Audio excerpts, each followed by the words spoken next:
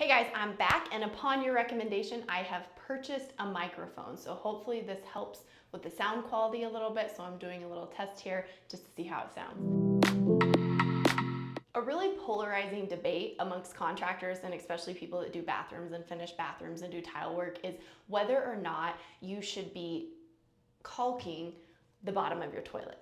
Now, personally, in my own home, I do not caulk the bottom of the toilet because I think if you ever have a leak or a problem, if there's caulk, it's going to take a little bit longer for you to notice there's a problem. Now, when you caulk it, you caulk around the sides and leave a gap in the back. So if there was a leak, it would drip out and eventually you'd notice it. But I don't pee on the floor and my husband doesn't pee on the floor, and so we do not caulk the bottom of our toilet in my home.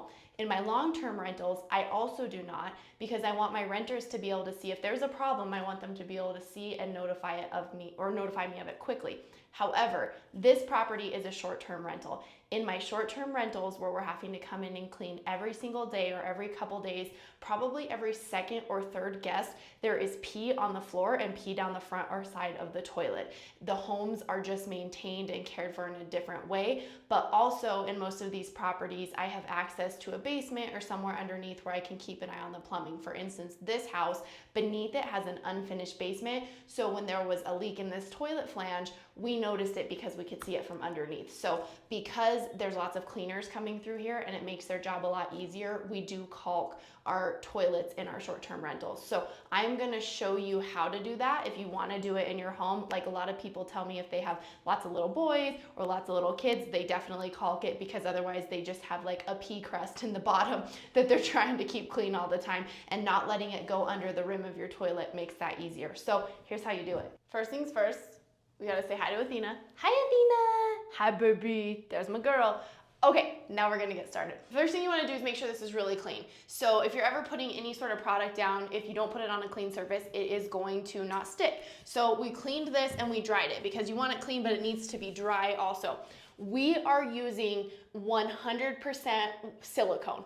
There are different types of caulk, and if you have questions about that, let me know. I can do a different video. Silicone this is 100% waterproof. This is like what you would put in your tub. Don't get it on your trim, because this is not like a paintable caulk. This is something that is going to be easy to clean. This is something that is meant to be around bathrooms, but don't get it on anything that you want to paint, because paint will not adhere to it.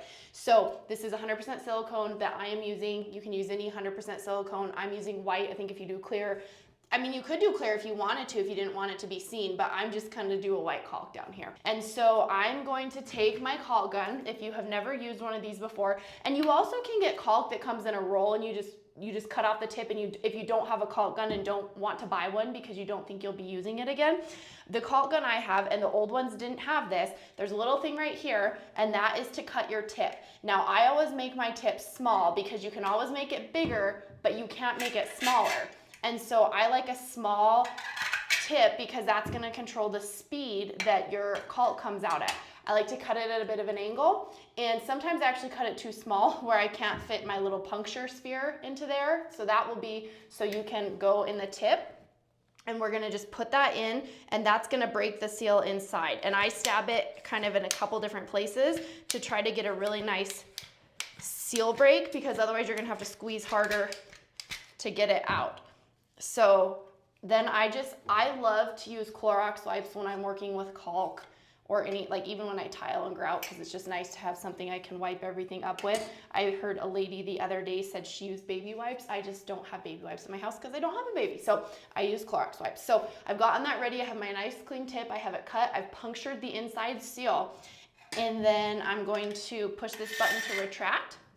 I'm going to put my caulk in the gun, and I'm gonna start squeezing. Now, I like to have something to the side, because this will squeeze, and even when you're, like, say you don't want it to keep coming out, say it's squeezing, you push this and pull this back, but even when there's still a little bit of pressure, a little bit will still come out. So if you have somewhere to lay it, so you're not making a mess on your adjacent surfaces, I'm sorry, you can't see right here.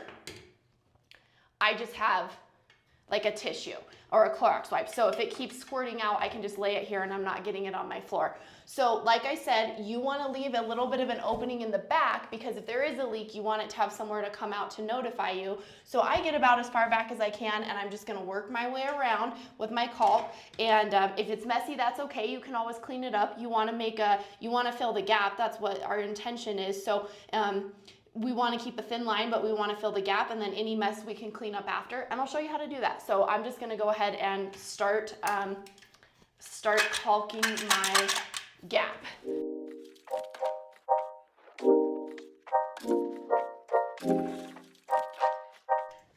Alright, so I've caulked all the way around. I just have that sitting there because a little bit of overflow may come out. And then I try to kind of just make sure I don't have any big gaps if your floor was not level, that I want to make sure that I got filled in. But you always can go back if you missed some. So what I'm going to do is I'm going to spray this. If you have a clear glass cleaner, it would be better. You could use dish soap diluted with water in a spray bottle. You could use glass cleaner, clear, I guess, of course would be better. Because the caulk is white. I've never had an issue using this because I wipe it off pretty quickly and having it like diet blue, but use a clear one. This is just what I have at this B&B right now. And so I am gonna go ahead and spray my line my bead that I just put down.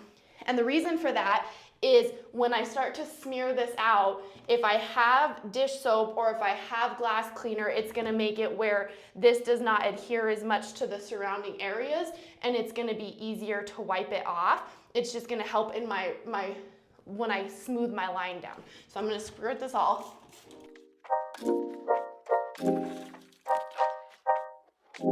The glass cleaner is not required. I've done it many times without it. It's just gonna make it a little bit easier for you. So then what I like to do is I get this ready, like a wet wipe ready to wipe my hand off on. You can use something else, but if it's just like a paper towel, the silicone caulk is really gonna stick to your hand. The other thing is, a lot of people will use like a popsicle stick, or they have caulking tools. That's totally fine too. It's just kind of dependent on what your preference is. So I'm just using my finger because that's what I have here and I don't care.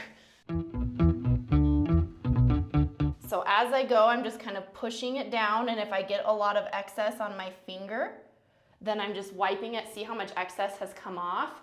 So I'm just wiping it in here, and then my finger's nice and clean when I go back because this is a wet wipe. And then my wet wipe's full, so I'm gonna grab another one so I can continue to wipe my finger. Then I'm going to just go ahead and I'm actually gonna dry, because I'm not gonna wipe my caulk line. I'm just getting this excess glass cleaner along the side just so it's not wet. But don't wipe your line because it's gonna take a little bit to set up. Just getting the excess on the edges. And if you need to go and smooth again, if you notice any imperfections you're not liking, you can smooth it again. And that's pretty much it, you guys. Now you're gonna let it dry. I think it's gonna tell you, depending on which product you use, how long it takes. I wanna say okay, so this one says in a typical application, so based on whether a full cure is gonna take 24 hours, water exposure 24 hours. So say this was a bathroom, you were finishing like a shower in the corners, you wouldn't wanna use it for 24 hours.